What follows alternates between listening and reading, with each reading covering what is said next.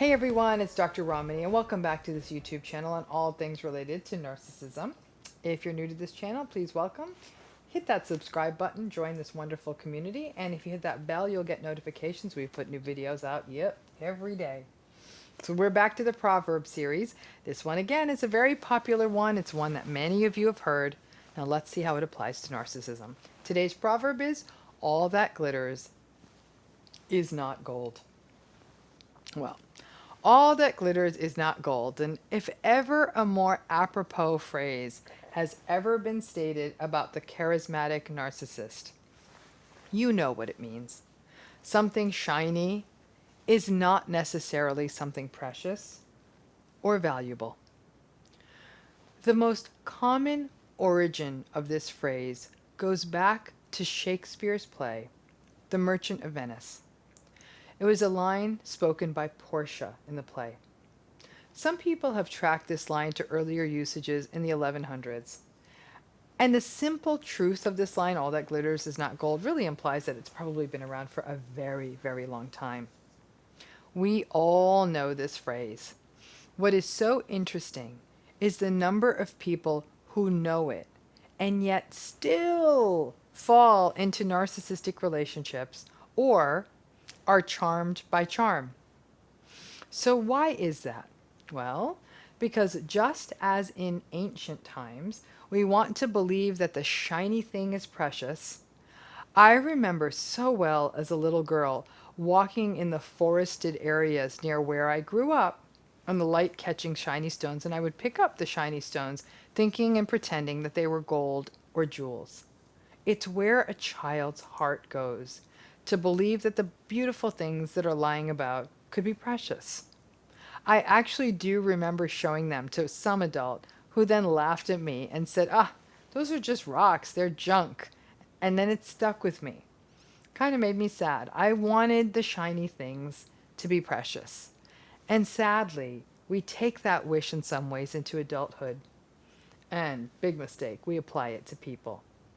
All that glitters is not gold is in essence a cautionary tale about cognitive dissonance. Remember what cognitive dissonance is, the idea that we struggle with maintaining internal inconsistency. So we correct that inconsistency. Usually we correct it with a rationalization or a justification. So to be told that all that glitters is not gold is a wake-up call to snap out of the dissonance. Because obviously, we want to believe the glittery stuff is gold, because then that's consistent, right? To think that the glittery stuff is not gold is inconsistent, and often we'll use a justification to make it precious. And right there, that's the crux of the struggle about narcissistic relationships. We justify them so we can keep them. It takes us back to the important lesson of not falling in too deep with charm and charisma. Most people out there will tell you that charm and charisma are almost on the levels of being virtues of a sort in our world, that these shiny qualities are precious. We rarely go to a friend and regale them with tales about how we went to a party and met someone who was boring, dull, or slow to warm up. We tend to share the stories of the charming person we want. It's not Prince Mediocre, it's Prince Charming, or Prince Uninteresting. It's Prince Charming.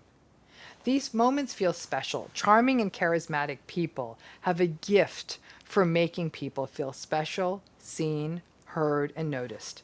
And since that is such a core wound for so many people ever since childhood, it is not only glittery and shiny, it is seductive and almost redemptive. So nobody wants to see these charming, charismatic people as anything but glittery. When the slow slide into devaluing and manipulation and all the rest of the stuff that makes a relationship toxic come into the picture, then the glittery thing isn't so glittery, or at least it may not be gold. And who wants that? So people often hold on to the hope that it is gold. But the old aphorism stands, all that glitters is not gold. A narcissistic person's glitter is often why people stay with them for longer than is healthy. Their glitter is why they are able to often attract new people into their fold. People want the glitter to be gold.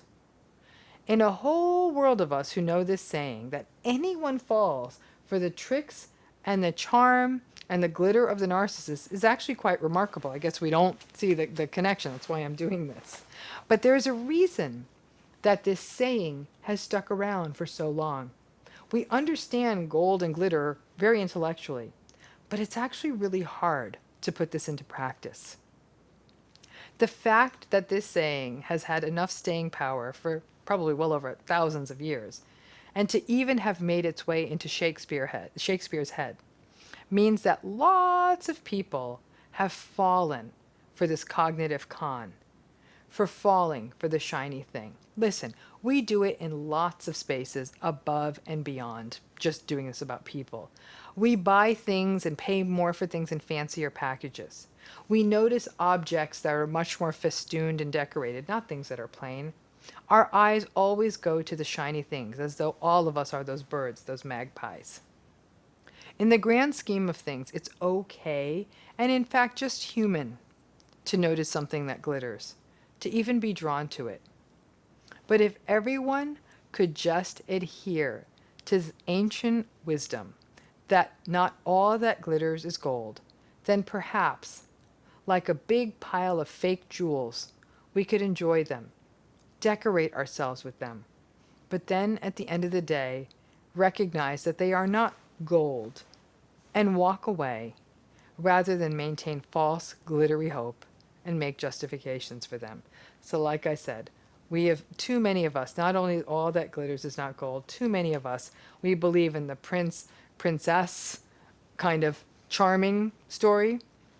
We don't ever think of the prince or princess kind of uninteresting story, or prince or princess ordinary story. And yet, in the masses of all of us who are ordinary, it may not be shiny and glittery like gold. Internally, the experience is a treasure trove of riches. So pay attention and don't fall for the shiny thing.